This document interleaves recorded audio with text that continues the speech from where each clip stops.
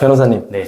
오늘은 경매와 공매의 핵심적인 차이점에 대해서 얘기를 해볼까 합니다. 네. 경매와 공매는 다양한 절차가 있는데 같은 것도 있고 다른 것도 있고 그 어떤 게 같고 어떤 게 다른지를 설명드리겠습니다. 네, 일단 가장 먼저는 경매와 공매의 근거 법령 그리고 주관 기간에는 어떤 차이가 있는지 먼저 알아봐야 될 것 같은데요. 경매는 법률 이름이 민사집행법이 적용되고요.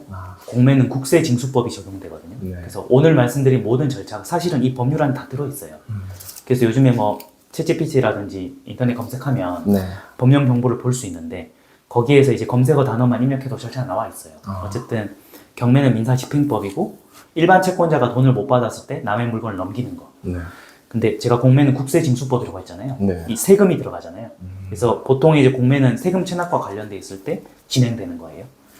그리고 이제 경매는 모든 종류의 경매가 포함되니까 네. 법원이 주관해서 하는 거고요. 집행법원이. 그 공매는 캠코라고 해가지고 한국자산관리공사가 주관을 합니다. 그래서 경매는 그 대법원 법원 경매 정보 사이트에서 검색이 가능하고요. 공매라는 건 온비드라고 해가지고 온비드 사이트에서 볼 수 있습니다. 그러면 경매와 공매는 또 입찰 방법에는 어떤 차이가 있나요? 이게 이제 입찰 받아서 내가 한번 낙찰을 받아보겠다 하는 분들은 이게 중요한데요. 네. 경매는 각 법원에서 입찰을 하고요. 해당 날짜에만 입찰을 해요. 기일 입찰이라고 해가지고. 예컨대 10월 31일 날 몇 시에 입찰을 하면 그날 꼭 가야 되는 거죠. 네. 법원에, 담당 법원 현장에 가야 되는 거고. 공매는 이제 온비드 사이트에서 온라인으로만 진행하기 때문에 직장인이나 시간 없는 분들은 공매를 더 선호하는 거죠. 인터넷에서 접속하면 되니까.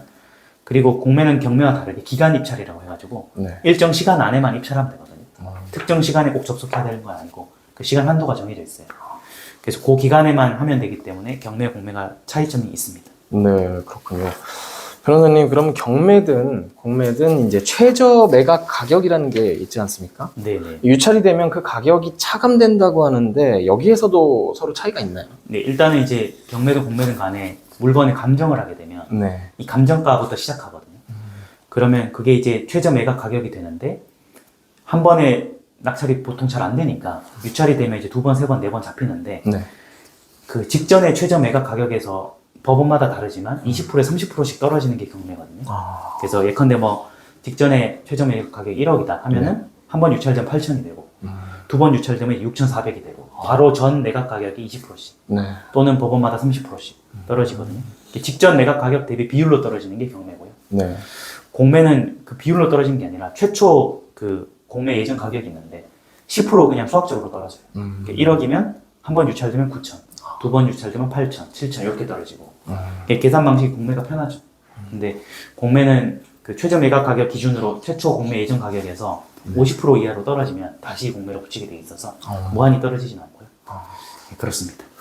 이게 금액으로 비교를 해보니까 차이 체감이 확 되는 것 같습니다. 그러면 이제 매각 대금을 이제 납부할 네. 때가 오지 않겠습니까? 그렇죠. 그러면 이 납부 방법에도 차이가 있나요? 경매는 매각 대금을 한꺼번에 납부해야 돼요. 그래서 원래 이제 경매 참여할 때 입찰 보증금이라고 해가지고 10%를 납부하거든요. 10%를 납부하고 낙찰이 되면 나머지 잔금을 낙찰자가 납부하는데 이게 90%가 되잖아요. 네. 그러면 이 90%를 낙찰 받을 때 대출이 많이 나와요. 그걸 경락잔금 대출이라고 해가지고 네.